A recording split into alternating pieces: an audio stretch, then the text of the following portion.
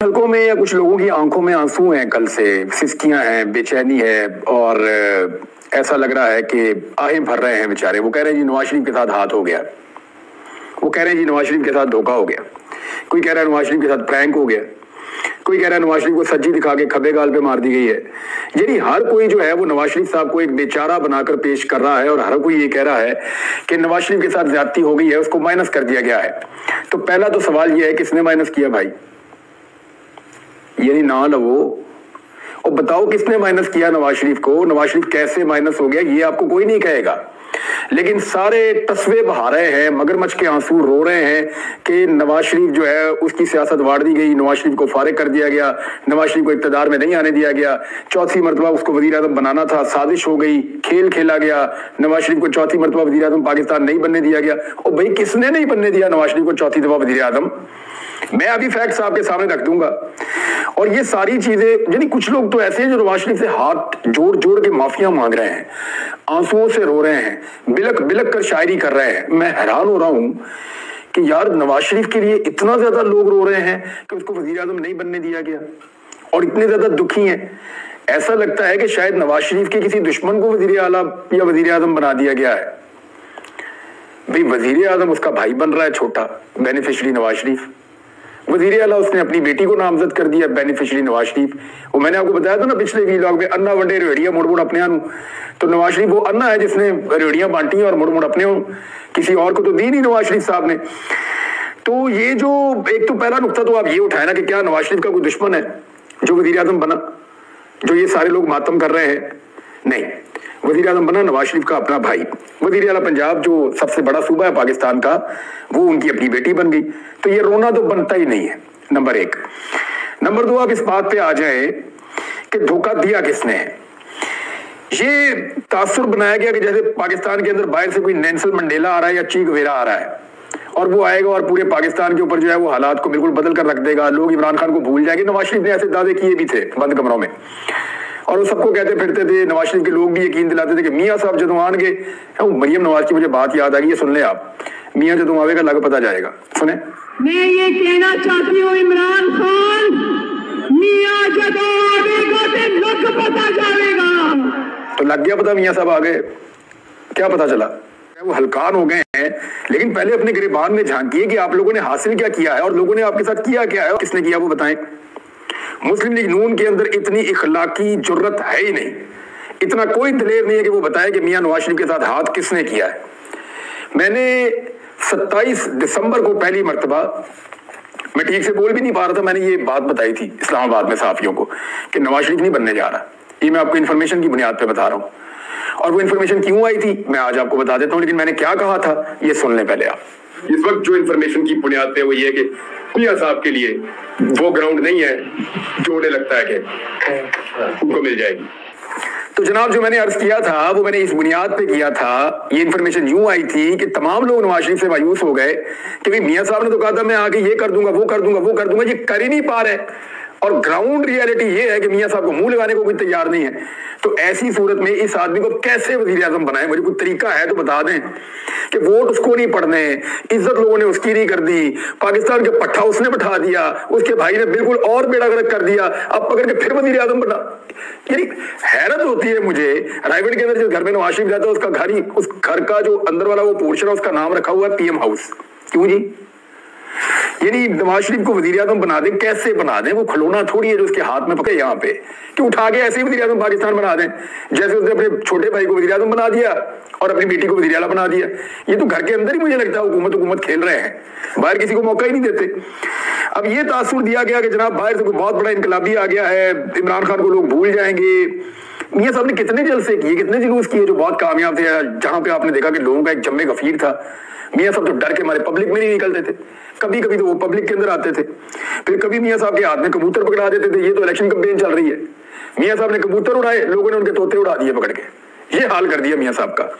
और ये करवाने वाले कौन है? सारे अपने लोग हैं, और जो करवाने वाले हैं वो खुद उदों के ऊपर बैठे हुए हैं, दादा करें आप। अब जी मैं कुछ वो पॉइंट्स आपके सामने रखूंगा कि मियां नवाज शरीफ शिकवा किससे कर सकते हैं और एक्चुअली किसने उनके साथ हाथ किया है। बंदा मैं आपको बताऊंगा। नंबर एक, तमाम मुखालिफ सियासतदान मियां नवाज शरीफ के गिरफ्तार कर लिए गए। यानी एक ही आदमी से उनको खतरा था। उस आदमी के ऊपर लगभग जो मुकदमात बनाए गए वो 200 के करीब है मुबैना तौर पे इमरान खान पे। ये मियां नवाज शरीफ के लिए किया गया। इमरान खान को जलील करने के लिए झूठे मुकदमात कायम किए गए, अजीबोगरीब किस्म के, हत्ता के इद्दत वाला मुकदमा भी कायम कर दिया गया। ये नवाज शरीफ के लिए किया गया। 90% से ज्यादा मीडिया कवरेज नवाज शरीफ को मिल रही थी और इमरान खान को कवरेज बिल्कुल जीरो कर दी गई। यानी इमरान खान का नाम मीडिया पे नहीं लिया जा सकता था, इमरान खान की तस्वीर मीडिया पे नहीं दिखाई जा सकती थी। ये सहूलतकारी भी नवाज शरीफ साहब को फराहम की गई। मियां नवाज शरीफ के जलसों को मुकम्मल सरकारी प्रोटोकॉल फराहम किया गया। जब ये जाते थे तो इनके साथ दर्जनों गाड़ियां पुलिस की, सिक्योरिटी की और इदारों की मौजूद होती थी। इंतजामिया करती रही और इंतजामिया, निगरान हुकूमतें और इलेक्शन कमीशन, ये सारा कुछ मियां नवाज शरीफ की झोली में डाल दिया गया। सरकार मियां नवाज शरीफ की डिस्पोजल पे काम कर रही थी। ये सहूलतकारी भी नवाज शरीफ को दी गई। मियां नवाज शरीफ के जो मुखालिफिन है, मियां साहब का दिल नहीं भरा कि मेरे जलसे तो आप करवा रहे हैं लेकिन मेरे मुखालिफों के बंद भी करो। तो मियां साहब की जो मुखालिफ पॉलिटिकल पार्टी पाकिस्तान तहरीक-ए-इंसाफ, उसके जलसों पर, उसकी रैलियों पर, उसके जुलूसों पर पाबंदी लगा दी गई। सेम टाइम में मियां नवाज शरीफ उसी शहर में जलसा या जुलूस कर रहे होते थे और पाकिस्तान तहरीक-ए-इंसाफ के लिए उसी शहर में सेम टाइम में दफा 144 नाफिज हो जाती थी। ये सहूलतकारी भी की गई। फिर कागजात नामजदगी बड़े पैमाने पर मुस्तरद कर दिए गए। मियां साहब के उम्मीदवारों के खिलाफ इलेक्शन लड़ने वालों के कुछ के हो गए मंजूर, कुछ के नहीं हुए मंजूर। फिर कागजात छीनने का एक अमल भी शुरू किया गया मियां नवाज शरीफ साहब के लिए। इस लेवल की सहूलतकारी हमने इससे पहले कभी नहीं देखी।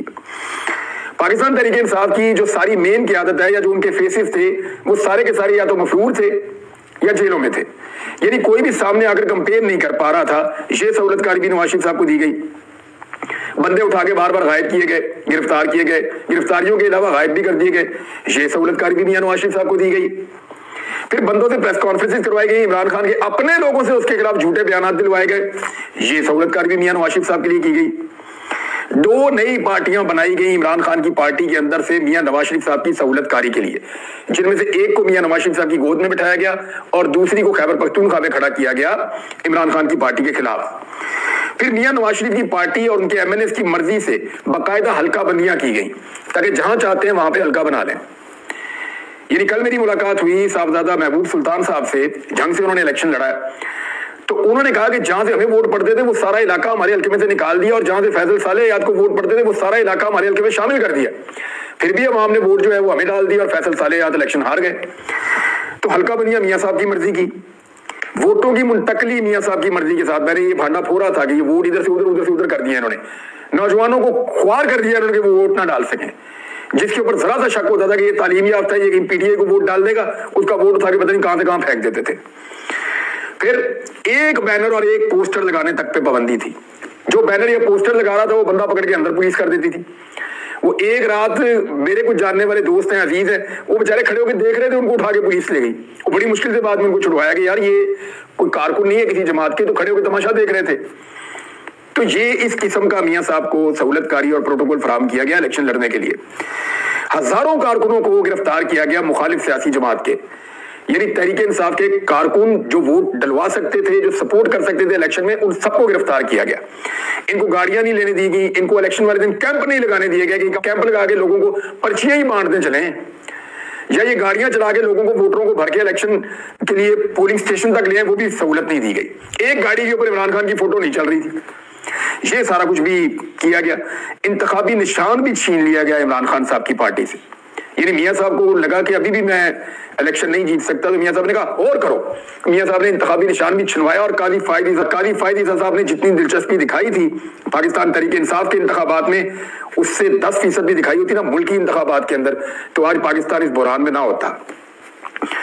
मियां नवाज शरीफ साहब का दिल नहीं भरा तो औरतों को गिरफ्तार किया गया, चादर और चार दीवारी का तकद्दुस पामाल किया गया, खवातीन और औरतों के ऊपर तशद्दुद किया गया, सड़कों के ऊपर घसीटा गया खवातीन को। मियां नवाज शरीफ साहब को इस लेवल की सहूलतकारी फराहम की गई। फिर मियां नवाज शरीफ साहब के अपने सारे केसेस का खात्मा कर दिया गया।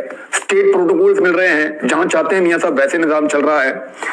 सोशल मीडिया और इंटरनेट को बार बार बंद किया गया, यानी बाहर निकलने पे पाबंदी थी तहरीक-ए-इंसाफ की, तो वो कहते थे हम सोशल मीडिया पे बात करेंगे, तो मियां साहब की सहूलतकारी के लिए सोशल मीडिया को भी बंद कर दिया जाता था, इंटरनेट भी बंद कर दिया जाता था। इस मुल्क का अरबों रुपए का नुकसान करवाया जाता था ताकि मियां साहब की सहूलतकारी हो जाए। फिर लगातार इमरान खान साहब को सजाएं देकर एक हैट्रिक करवाई गई ताकि एक प्रेशर बने और एक मायूसी फैले इस मुल्क के अंदर। इद्दत तक के मुकदमे का फैसला करवा दिया इन्होंने उजलत के अंदर, और जैसे वो फैसले हैं वो वैसे तो उड़ ही जाएंगे, लेकिन मियां साहब के लिए सहूलतकारी की इंतहा हो गई।